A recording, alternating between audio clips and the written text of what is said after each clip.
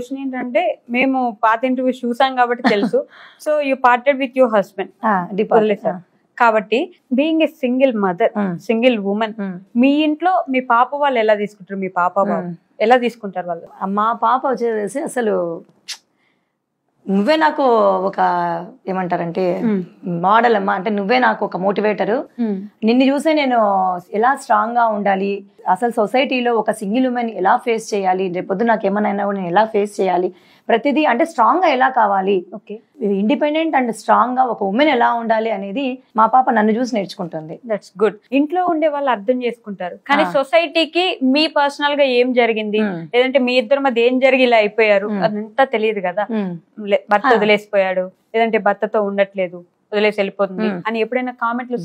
అయ్యో విపరీతం అండి. ఇప్పుడు నేను వాళ్ళు ఏమనుకుంటున్నారంటే నేను ఈ వీడియోస్ చేయడానికే మా ఆయన్ని వదిలేసిన అనుకుంటున్నారు. అంత వీడియోస్ చేయడానికే వదిలేసేంత ఫూలిష్ ఎవరైనా ఉంటారా? ఉండరు కదా. ఎవరైనా మనము వీడియోస్ చేయాలంటే కన్విన్స్ చేసుకుంటాం, లేకపోతే మానేస్తాము. బట్ అదే మనకు వీడియో అనేది లైఫ్, ఫ్యామిలీ లైఫ్ కంటే వీడియోస్ ఇంపార్టెంట్ కాదు కదా. వాళ్ళ మైండ్ సెట్ అలా ఉంటుందని చెప్పేసి వదిలేసాను. అంతెందుకు చాలా మందికి ఫ్యామిలీ మెంబర్స్ కూడా అంటున్నారు అనమాట, కలిసినప్పుడు మేము డైవర్స్ ఇచ్చుకున్నట్టు వాళ్ళ అమ్మ నాన్నకు చెప్పలేదు, మా అమ్మ నాన్న చూచాక చెప్పినాము, ఇచ్చుకున్న తర్వాత చెప్పినాం అనమాట. మ్యూచువల్ అండర్స్టాండింగ్ మీదే మేము డైవర్స్ ఇచ్చుకున్నాము. బట్ ఆయన ఏం చెప్పుకున్నా అంటే వీడియోస్ కోసం వెళ్ళిపోయింది అని చెప్పుకున్నాడు.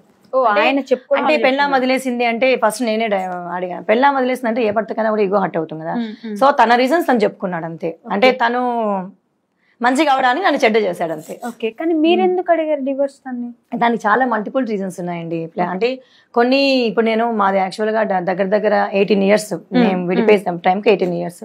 సో 18 years ఆఫ్ మ్యారేజ్ లో అంత పెద్ద పిల్లలు ఉండి, ఏదో చిన్న పిల్లలు ఉండి విడిపోతే, అంత పెద్ద పిల్లలు ఉండి పిల్లలే ఒప్పుకొని విడిపోయినామంటే కొన్ని రీజన్స్ చెప్పుకునే ఉంటాయి, కొన్ని చెప్పుకోలేని ఉంటాయి.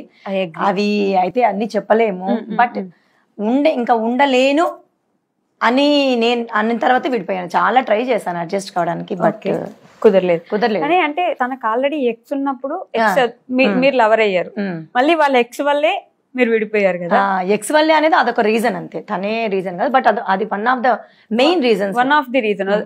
పెట్టండి. ఎక్స్ ఉన్నప్పుడు మీరు పెళ్లి ఎందుకు చేసుకున్నారు ముందు? ఎక్స్ అంటే ఇంకా అయిపోయింది కదండి. ఇప్పుడు మన చాలా మందికి ఎక్స్లు ఉంటారు, మనకేం అందరూ first love at first sight అంటే ఎవరు చేసుకోరు. తన ఎక్స్ ఉందని తెలుసు, తన ఎక్స్ కూడా మా బంధువుల అమ్మాయి, తనకు కూడా మ్యారేజ్ అయిపోయి పిల్లలు. మేము పెళ్లి చేసుకున్నప్పుడు తనకు పిల్లలు. ఓకే, అంటే ఇంకా అది ఆ సంస్కారం తనలో ఉండాలి. ఆడదానికి ఆడదే శత్రువు అని ఊరికే రాలేదండి ఆ సామెత. అది ఎందుకంటే ఇప్పుడు పెళ్ళయ్యి ఒక బిడ్డ ఉండి కూడా మళ్ళీ పెళ్ళైన ఎక్స్ తో సంబంధం పెట్టుకొని ఉండాలంటే ఇంకా సంస్కారం అనేది ఇంకా అంటే వాళ్ళకే వదిలేయాలి అంతే. ఇలా చూస్తూ పిల్లలు కూడా భయపడిపోయి అంటే అట్లా ఏమి మరి అంటే ఇలా ఉంటుందంటే గోడచాటు అనమాట. తెర వెనక తెర ముందు ఏమి బాగుండేవాడు, బట్ నాకు తెలుసు ఏదో జరుగుతుంది నా లైఫ్ లో అనేది అయితే తెలుసు. బట్ పిల్లలు పెద్ద కావాలని నేను ఇన్స్టింక్ట్స్ తడుతూనే ఉంటాయి ఆటోమేటిక్ గా. ఆడవాళ్ళకి ఇన్స్టింక్ట్స్ హస్బెండ్ విషయంలో బాగా తడతాయి.